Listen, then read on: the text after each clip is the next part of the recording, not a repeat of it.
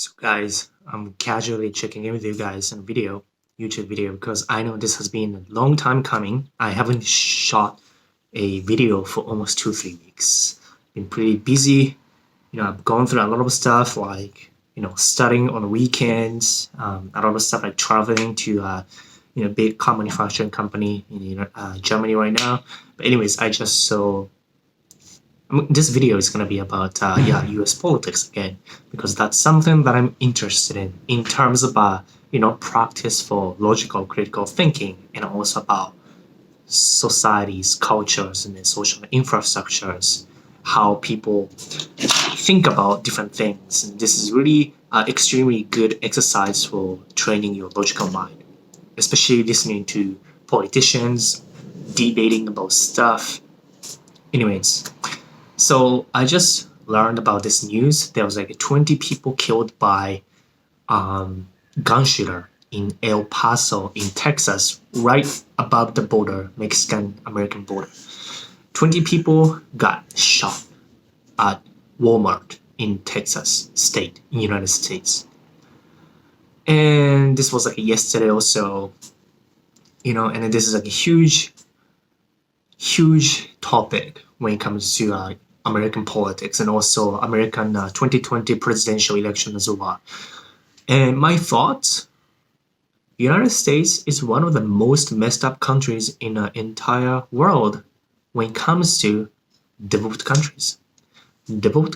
Among developed countries, United States has a lot of issues like healthcare issues, the wealth gap issue, and the gun.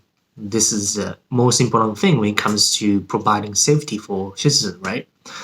And there's always like a debate between, we need to respect Second Amendment, the right to protect ourselves, versus some crazy motherfucker like this guy, committing massacre, homicide, killing 20, 30 people by shooting guns. And where do we need to draw a line in a society? This is important because, pro-gun group, like for example, I was watching this documentary about Texas open carry kind of march done in Texas. Correct me if I'm wrong, but in that video, they said there's no legislation needed for a person to own a gun in Texas. And also they're pro-guns because they're coming from that, cowboy hat and guns. That's a Texas, right?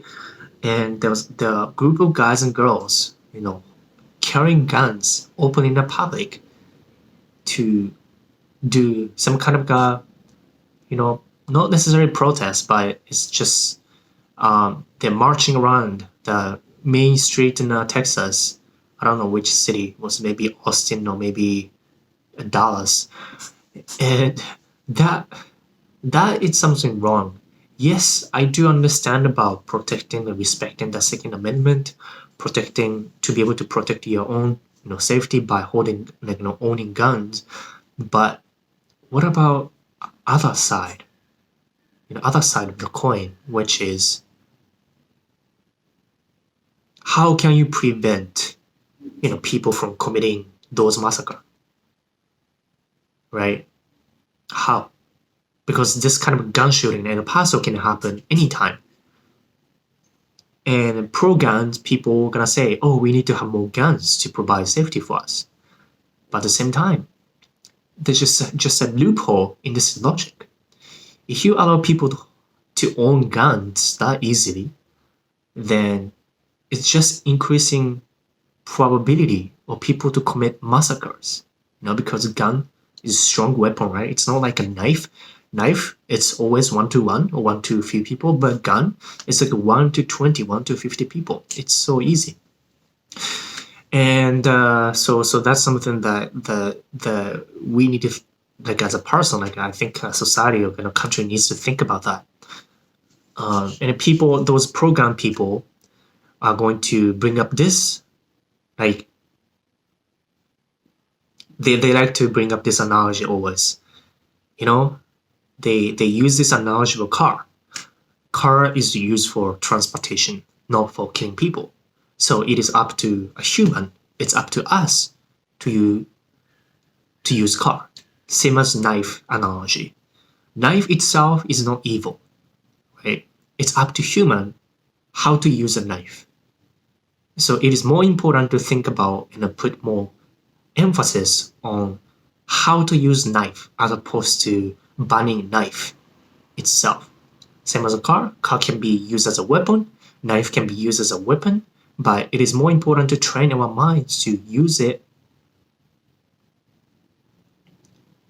But and they like to use a logic for gun. Gun itself is not evil. It is up to, it is the corrupted mind that is to be blamed for this kind of massacre, homicide. But, knife, car, these are utilities, right? These are meant to do something with. What's gun? Gun is used as a weapon to kill somebody, obviously, or kill somebody to protect yourself, or kill somebody for the sake of killing. So gun is a weapon. Knife is also a weapon.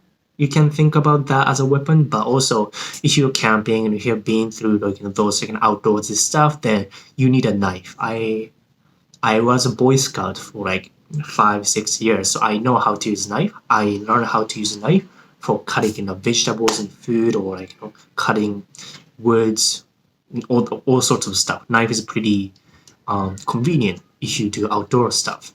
And also we need to learn how to use a knife. We need to have a moral standard about that. So we have responsibility when we carry a knife because it's pretty dangerous. And the same with a car. But when it comes to weapon guns, especially machine guns, rifles, those stuff, even pistol, these are something on a scale, the dangerousness of a gun compared to knife or car goes up, right? And then they can kill so many people. It's so easy. You just, tip of your finger, and then somebody's life is counted on somebody's corrupted mind's tip of finger. And that can happen in a public place like Walmart from a distance. Whereas knife, it needs to be close, right? Close proximity. Car, it can be from distance. So there are a lot of car massacre kind of thing going on as well, time to time. But at the same time, we cannot ban car. Car is for transportation, right? It's part of our inventions that make our modern life what it is right now. Was guns. Is it part of our lives? Is it really? I know maybe probably some of you guys think my logic is really dumb or something like that. But again, this is just a huge discrepancy between the ideal and what is a reality right now. It's we need to respect Second Amendment. And what about random guys shooting people's guns? How do you prevent this while respecting gun rights? And then they're gonna say, oh, more guns gonna make America more safe. I don't think so. More guns have made the United States more dangerous, to be honest. If you look at other countries, developed countries like Japan, South Korea is kind of emerging country, so it's not developed country, but Japan, UK, Germany, Sweden, and all those developed countries, they don't allow gun ownership. And it's much more safe. UK is not that safe. There are a lot of homicides and crimes going on there. There was a lot this year, 2019, in UK, London, there are 33 homicide committed by knife. So UK's crime rate is going up this year. But when it comes to, let's say, Germany or other countries, France's crime rate is pretty high if you go to the south, because a lot of immigrants committing a lot of crimes. Japan, they don't allow gun ownership. So when you allow gun ownership to so many people, almost everybody, especially without legislation, it's a ticket. it's just so much responsibility, right, to own a gun, because it's a really sensitive thing. You can mess up a thing a lot with a gun as opposed to knife or pencil. Yeah, pencil can be used as a weapon, right? Yeah, a little knife can be used as a weapon, but gun, the scale of impact of mishandling a gun is maybe 3, 5, 10 times bigger than mishandling a knife, mishandling car, mishandling pencil. That's what I'm talking about. It's all relative. Anything can be used as a weapon, right? For example, I can use my laptop as a weapon to bang somebody's head. Yes, that's possible. That doesn't mean you can ban owning a laptop. But with gun, it's much more dangerous. When it comes to software engineering, right? If you don't know anything about computer networking, then you can tear down, shut down entire applications. So responsibility or stake put on handling networking aspect as opposed to one tiny aspect like in a programming function is much bigger. Stakes much higher. So you need to be more careful about that. And that's something that needs to be done in this gun control thing as well, in terms of enforcement, in terms of legislation, in terms of background checks, all sorts of stuff. I don't think allowing anybody to do that is gonna help anything.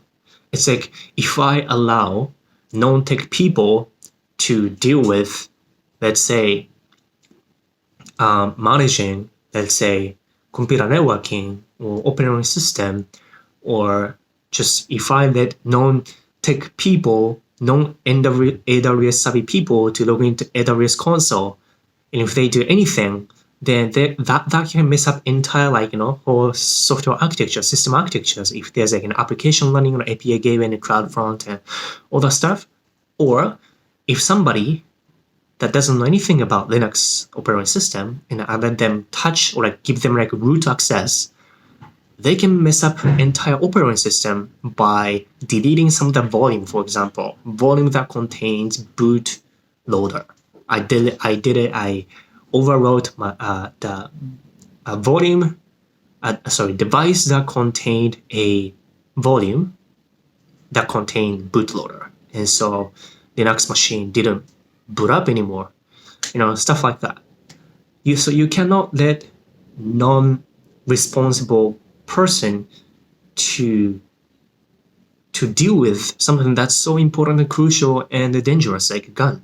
So I think my analogy using Linux operating system, bootloader stuff device, or non-tech people logging into AWS console and try to delete VPC or load balancer or S3 bucket. If you're hosting a website from S3 bucket, then that'll do serious damage to this software, right? Whole thing. You get the point if you know about these technologies. Same thing with the gun. Stakes much higher. And that's the reason why I think United States is one of the most messed up countries in developed countries, because you know what? Let's be real. United States is not the best of the best in the entire world. It's one of the least ideal countries in developed countries. Not the entire world. I'm excluding third world countries and emerging markets, but I'm comparing United States with developed countries. In terms of safety, if you talk about safety, yeah, United States is a piece of shit, right? In terms of healthcare, it's pretty bad. In terms of education, it's pretty bad, right? So a lot of stuff needs to be done in United States, and one of them is this gun ownership thing. Because right now, average person or somebody who is angry or somebody who is just depressed, you cannot control those people's behavior, right? They can be a little bit more the emotional state might be really in a bad situation after breakup or argument with his best friend or whatever. And the point is to limit the amount of damage they can do to broader society. That's something that needs to be done by making a social rule, laws, stuff like that. There's not much law enforcement in this gun thing, and that's the reason why a lot of crimes are happening in the United States related to guns. And then if you think, until 21, United States, you cannot drink because blah, blah, blah, responsibility, blah, blah, blah. What the heck? How much damage can a person do if, the person is 19 years old and start drinking? There's not much, because in Europe, they can start drinking from 19. Some people go to nightclub 16, 17 without, ID'd at the nightclub. Whereas in the United States, somehow drinking age, the age, it's so high, 21 years old. Why that aspect is so strict, which doesn't really matter, to be honest. It doesn't really influence so much of public safety, even if 20 years old or 19 years old start drinking, right? Whereas gun, why can a person in a Texas state own a gun without, anything? And that's more serious than other stuff drinking age thing. Just so silly, So I think that's it. Gun ownership thing. It's serious logical loophole in this respecting the Second Amendment versus allowing a lot of people who shouldn't be owning guns to own the gun. And also, even if you come up with some solution like tightening the, law enforcement so that only selected people can own the gun, but how can you predict and prevent people with healthy mind turn into corrupted mental state and commit a crime, right? Some people can get into this depressed state or some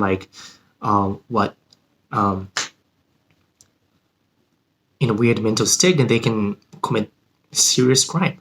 So I think as a society, it's important to put emphasis on majority's public safety by earning on a safer side than earning on a less safer side.